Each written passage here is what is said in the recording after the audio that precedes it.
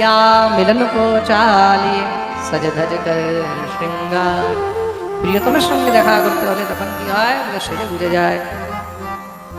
যারা প্রিয়তমের সঙ্গে দেখা করতে যায়, প্রেমীর সঙ্গে দেখা করতে যায়, ভালো করে সেজে বুঝে যায়। আমাদের প্রেমিকে, ভক্তদের প্রেমিকে, ভক্তদের প্রেমী হলো ভগবান। আমাদের প্রিয়তম হলেন ঠাকুর। তা ঠাকুরের কাছে যখন আমরা যাই তখন আমরাও সেজে বুঝে যাই। তা আমাদের সাজগুজ কি, গলার মধ্যে আমরা সুন্দর মোটা মোটা হার পরি। হারের দাম কত, বলে কোটি টাকার উপরে। কোটি টাকাও এটার মূল্য নেই। এই হারের নাম কি? এই হারের নাম হলো তুলসী মালা। আর বলে ফার্স্ট ক্লাস আমরা কপালের মধ্যে মেকআপ করে যাই, কি বলে গোবিন্দের চরণ চিহ্ন রূপে তিলক আমরা ধারণ করে যাই। এটা হলো বৈষ্ণবের শৃঙ্গার। প্রেম সে বলো। আর নিজের প্রিয়তমের কাছে যখন আমরা যাই তখন এগুলো কেন ধারণ করে যেতে হয়? কেন এইগুলো আমাদের প্রিয়তমের প্রিয়, এগুলো আমাদের প্রিয়তমের প্রিয়।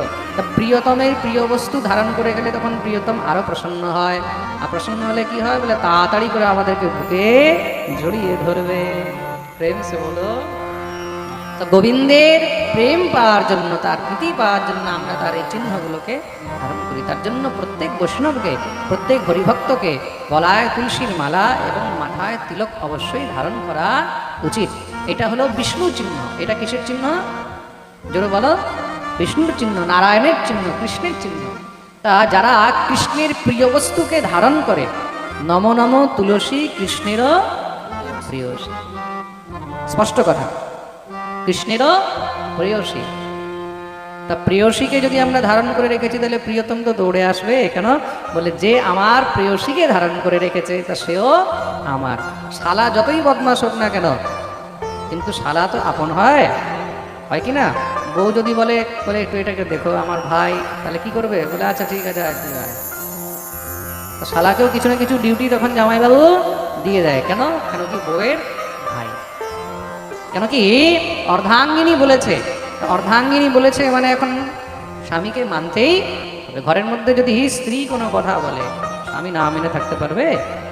মানতেই হবে। তা ভগবানের অর্ধাঙ্গিনী হলেন কে? ভগবতী বৃন্দা। তো মন দিয়ে শুনবেন। তো ভগবানের অর্ধাঙ্গিনীকে বৃন্দা। ভগবতী বৃন্দা দেবীর সঙ্গে ভগবানের বিবাহ কবে হয়েছিল? কার্তিক মাস শুক্লপক্ষ একাদশী তিথি। জানা আছে তো? কবে?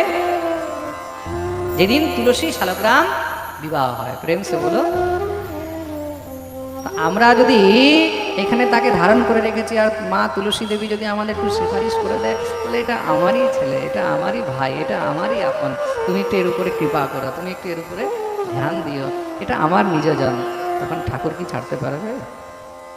তার জন্যই আমরা গোবিন্দ প্রিয়াকে নিজের কণ্ঠে ধারণ করি। হে মা, হে ভগবতী, হে তুলসী, হে বৃন্দা দেবী, তুমি একটু আমাদের কথাটা তার কাছে পৌঁছিয়ে দিও। তুমি একটু আমাদের খেয়াল রেখো। তুমি একটু যখন তার সেবায় থাকবে, তার সেবায় থাকলে মাঝে মাঝে একটু আমাদের চর্চা করে দিবে। তা বৃন্দাজি সবসময় কোথায় থাকে? গোবিন্দ চরণ প্রিয়ে কচিত তুলসী কল্যাণী। গোবিন্দ চরণ প্রিয়, গোবিন্দের চরণে থাকে। তা ঠাকুরের চরণের সেবা করেছে। মাঝে মাঝে কথা বলতে বলতে যদি বৃন্দা দেবী প্রসন্ন হয়ে যায়, তাহলে হয়তো কোথাও কিঞ্চিত আমাদের নাম নিয়ে নিতে পারে। বলে আচ্ছা অমুক, ও জানো অমুক না খুব ভালো, সবসময় তোমার চিন্তন করে, সবসময় সে হরিনাম করে, সবসময় তোমাকে নিয়ে থাকে, একটু দেখো না থাকে একটু। শ্রী রাধারানীর কাছে বৃন্দা দেবী যাবেন। বৃন্দা তো হলেন দূতি, বৃন্দা হলেন দূতি, রাধা গোবিন্দের দূতি। দেখুন বড় আশ্চর্যের কথা, শ্রী রাধারানী গোবিন্দের কাছে যদি অন্য কেউ যায়, অনেক সময় অফেন্ডেড হয়ে যান, রেগে যান।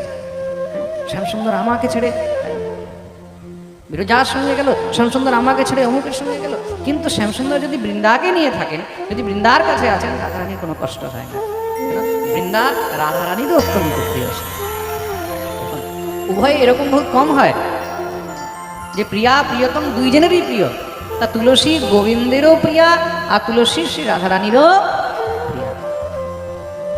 তা তুলসীর ধারণ করে লাভটা কি? তুলসীর ধারণ করে আমাদের প্রিয়াজিও প্রসন্ন আর আমাদের প্রিয়তম প্রসন্ন। কোথাও গিয়ে যদি রাধারানীর চরণে একটু বৃন্দা দেবী আমাদের খবরটা দিয়ে যদি বলে দেয়, একটু ওর দিকে একটু তাকাবে, হে রাধা রানী, তোমার খুব ভক্ত, সবসময় তোমাকে নিয়ে থাকে, সবসময় রাধে রাধে রাধে রাধে রাধে রাধে করে। সিফারিশ চাই, বড় কাজ যদি করতে হয় তাহলে মাঝখানে সিফারিশ চাই, চাই তো। তা এই সিফারিশটা যদি বৃন্দা দেবীর কৃপা না হয় তাহলে সম্ভব। তার জন্য কণ্ঠে তুলসী ধারণ, কণ্ঠে তুলসী মালা ধারণ করতে হবে। প্রেম সে বলো, আরে বলো না, বলো না।